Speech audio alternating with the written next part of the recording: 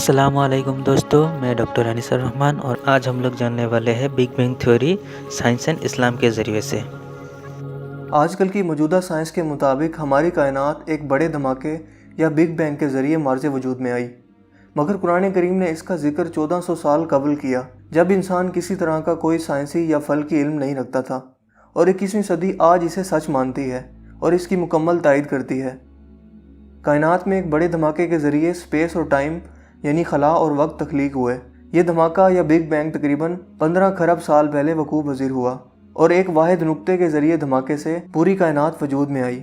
جبکہ اس دھماکے سے پہلے مادہ نامی کوئی چیز وجود نہیں رکھتی تھی اور نہ ہی طاقت اور نہ ہی وقت کا کوئی وجود تھا۔ آج کی موجودہ سائنس کے مطابق یہ تینوں چیزیں تخلیق کی گئی ہیں۔ موجودہ دور کی اس عظیم الشان دریافت کو قرآن کریم 1400 سال پہلے کچھ یوں بیان کرتا ہے: یہ نہیں دیکھتے کہ سب آسمان اور زمین باہم ملے ہوئے تھے، یعنی کہ ایک نقطے میں بند تھے، تو ہم نے ان کو پھاڑ کر جدا کر دیا۔ قرآن پاک کا یہ نظریہ بالکل بگ بینگ کے نظریے سے مطابقت رکھتا ہے، لہٰذا 1400 سال قبل اس کی تخلیق کے بارے میں اگر کوئی بتا سکتا ہے تو وہ صرف اور صرف اس کے بنانے والا یعنی صرف اللہ ہی کی ذات ہے، اور یہ بات ثابت کرتی ہے کہ قرآن کریم اللہ تعالیٰ کا ہی کلام ہے۔ دوستو، بگ بینگ کے دوسرے مرحلے کے بارے میں سائنس بیان کرتی ہے کہ بگ بینگ کے بعد اگلے 3 لاکھ سال تک کائنات میں ایٹمی ذرات کے بادل چھائے رہے، جن کو ایک طرف کائنات میں موجود ڈارک انرجی پھیلا رہی تھی، وہیں دوسری طرف کشش ثقل یعنی گریویٹیشنل فورس آپس میں ملا رہی تھی۔ اس کشمکش میں آخرکار کشش ثقل جیت گئی، اور یوں کائنات میں بکھرے انہی ذرات کے ذریعے سیارے، ستارے اور کہکشائیں وجود میں آئیں۔ جبکہ قرآن کریم نے اس بگ بینگ کے دوسرے مرحلے کو بھی یوں بیان کیا ہے: اور پھر ہم آسمان کی طرف متوجہ ہوئے اور وہ اس وقت دھواں تھا، تو اس نے اس آسمان اور زمین کو حکم دیا کہ تم دونوں وجود میں آ جاؤ، چاہے خوشی سے یا چاہے زبردستی، تو انہوں نے کہا کہ ہم بخوشی حکم بجا لا کر وجود میں آتے ہیں۔ دوستو، اس کے بعد بگ بینگ کے تیسرے مرحلے کے متعلق سائنس کہتی ہے کہ ڈارک انرجی اتنی طاقتور ہے کہ تمام کہکشائیں مسلسل ایک دوسرے سے 1 سیکنڈ میں 3 لاکھ کلومیٹر یا سپیڈ آف لائٹ سے دور ہوتی جا رہی ہیں، اور ہماری کائنات مسلسل ایک غبارے کی مانند پھیل رہی ہے۔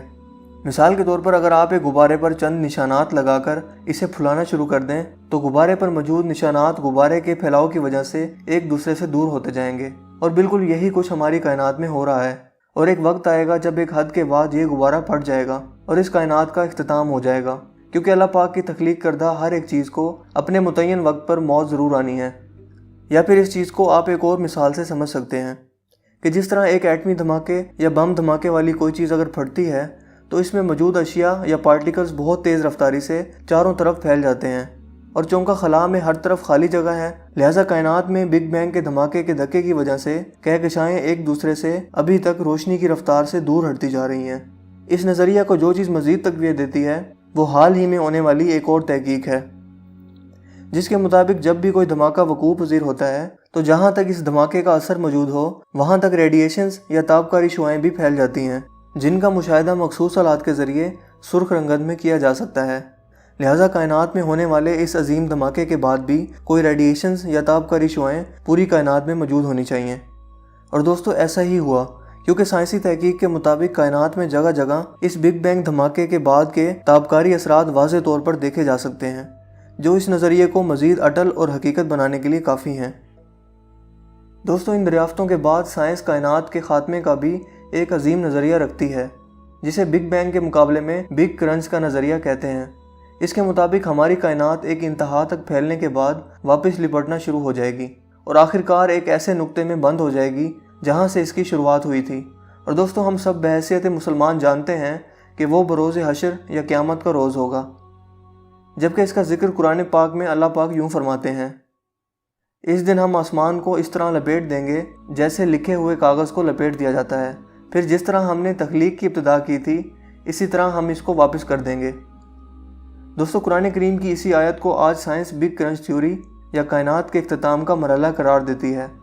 جبکہ قرآن پاک نے یہ حقائق 1400 سال قبل بیان کیے جب کسی بھی ٹیکنالوجی کا نام و نشان موجود نہیں تھا۔ دوستو، اس آیت مبارکہ میں کاغذ کی طرح لپیٹ دینے کی بھی بات کی گئی ہے، جو کہ کافی غور طلب ہے، کیونکہ کاغذ کو تہہ لگا کر لپیٹا جاتا ہے، اور تہہ ایسی چیز کی لگائی جاتی ہے جو متوازی ہو۔ پہلے کے لوگ اور سائنسدان یہ نظریہ رکھتے تھے کہ شاید ہماری کائنات بیضوی یا گول ہے، مگر 20ویں صدی کی آئنسٹائن کی تھیوری آف ریلیٹیوٹی نے یہ نظریہ پیش کیا کہ ہماری کائنات متوازی ہے اور ململ کے ایک کپڑے کی مانند ہے، جس میں کوئی بھی آبجیکٹ رکھ دیا جائے تو اس کے وزن کی بدولت جتنا زیادہ دباؤ ہوگا، یعنی کہ کوئی بھی آبجیکٹ ململ کے کپڑے میں جتنا ڈپ ہو جائے گا، اس کے متاثرہ حصوں تک اس آبجیکٹ کی گریویٹیشنل فورس موجود ہوگی۔ یعنی اس گریویٹیشنل فورس کے ایریا میں جو بھی چیز آئے گی وہ اس آبجیکٹ کے گرد گھومنا شروع کر دے گی۔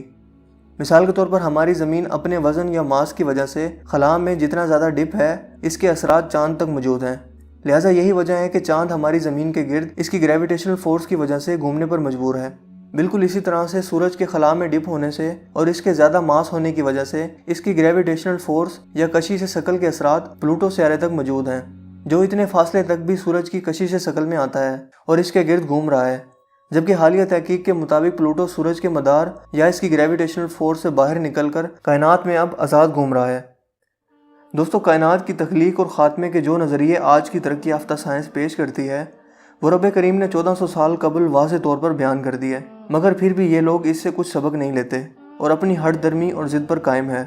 بے شک کائنات کی پیچیدگیوں، اسے بنانے اور اس کے خاتمے کے بارے میں صرف وہی ذات بیان کر سکتی ہے جو اس کی تخلیق کرنے والی ہو، اور وہ صرف اور صرف اللہ پاک کی ذات ہے۔ اللہ پاک ہمیں اور جاننے کی اور سمجھنے کی توفیق عطا فرمائے، آمین۔